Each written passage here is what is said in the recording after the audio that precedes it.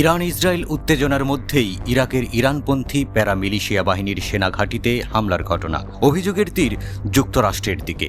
কাঠগড়ায় আছে ইসরায়েলও, তবে তা নাকচ করে দিয়েছে দেশটি। পপুলার মোবিলাইজেশন ফোর্সেস PMF এর ব্যবহৃত ইরাকের একটি সামরিক ঘাঁটিতে মারাত্মক বিস্ফোরণ ঘটেছে। এই ঘাঁটিটি IS সন্ত্রাসী গোষ্ঠীকে পরাজিত করতে গুরুত্বপূর্ণ ভূমিকা পালন করেছিল। ইরানি সেনাবাহিনীর মতে গভীর রাতে বাগদাদ থেকে প্রায় 50 কিলোমিটার দক্ষিণে অবস্থিত কালসু সামরিক ঘাঁটিতে বিস্ফোরণে একজন নিহত এবং 8 জন আহত হয়েছে। ইরাকি কর্মকর্তারা বলেছেন, ঘাঁটিতে আহতদের মধ্যে সেনাবাহিনীর একজন সদস্য রয়েছেন, যা দেশটির সামরিক বাহিনীর সদর দপ্তর হিসেবেও কাজ করে। ফুটেজে দেখা গেছে একটি বিশাল বিস্ফোরণে একটি বড় গর্ত এবং অবকাঠামো ও যানবাহনের ক্ষতি হয়েছে। বিস্ফোরণের কারণ এখনও জানা যায়নি। ইরাকি কর্তৃপক্ষ জানিয়েছে তারা বিস্ফোরণের বিষয়ে তদন্ত করছে। ইরাকি সেনাবাহিনী বলেছে তারা বিস্ফোরণের আগে বা বিস্ফোরণের সময় ব্যাবিলনের আকাশসীমায় কোনো ড্রোন বা ফাইটার প্লেন শনাক্ত করেনি। তবে PMF বিস্ফোরণটিকে একটি আক্রমণ বলে বর্ণনা করেছে। এর আগে PMF এর দায় যুক্তরাষ্ট্রের উপর চাপিয়েছিল। এক বিবৃতিতে তারা বলেছে, আমেরিকান আগ্রাসন কালসু সামরিক ঘাঁটিতে বোমাবর্ষণ করেছে।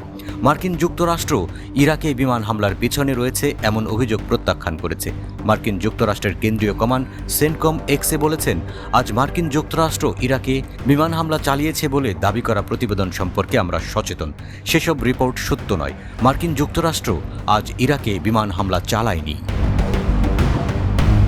মার্কিন যুক্তরাষ্ট্র অতীতে ইরাকে প্রতিরোধ গোষ্ঠীর অবস্থানের বিরুদ্ধে ঘন ঘন হামলা চালিয়েছে। তারা আরব দেশ থেকে আমেরিকান সামরিক বাহিনী প্রত্যাহারের দাবি জানিয়েছে। কালসু সামরিক ঘাঁটিতে এই ঘটনার পিছনে যুক্তরাষ্ট্রের হাত ছিল কিনা তা এখনও স্পষ্ট নয়। কিন্তু ওয়াশিংটনের সম্পৃক্ততা সম্পর্কে রিপোর্ট সত্য হলে এটি ইরাকিদের পিঠে ছুরিকাঘাত হবে, বিশেষ করে প্রধানমন্ত্রী মোহাম্মদ শিয়া আল সুদানির মার্কিন যুক্তরাষ্ট্রে আনুষ্ঠানিক সফরের পরপরই।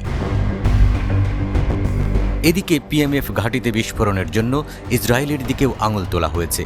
তবে একজন ইসরায়েলি কর্মকর্তা CNN-কে বলেছেন যে তেল আবিব সরকার জড়িত নয়।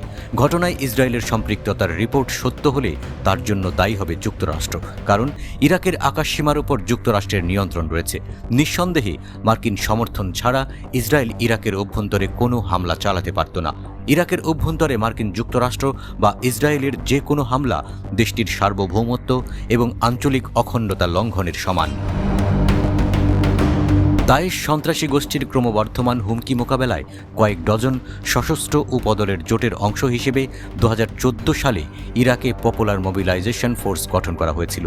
PMF 2018 সাল থেকে ইরাকি কর্তৃপক্ষ কর্তৃক একটি আনুষ্ঠানিক নিরাপত্তা বাহিনী হিসেবে স্বীকৃত। বিগত বছরগুলোতে ইরাকে দেশ থেকে মার্কিন বাহিনীকে বহিষ্কারের আহ্বান বেড়েছে।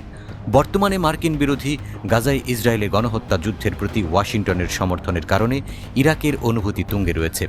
আপাতত ইরাকে মার্কিন সামরিক উপস্থিতির অবসান ঘটানো এবং গাজায় ইসরায়েলের যুদ্ধ থামানো পশ্চিম এশিয়ায় উত্তেজনা কমাতে পারে। এই অঞ্চলে বৃহত্তর সংঘাত প্রতিরোধ করতে পারে এবং মার্কিন যুক্তরাষ্ট্র ও ইসরায়েলের বিদ্বেষমূলক কর্মকাণ্ডের অবসান ঘটাতে পারে।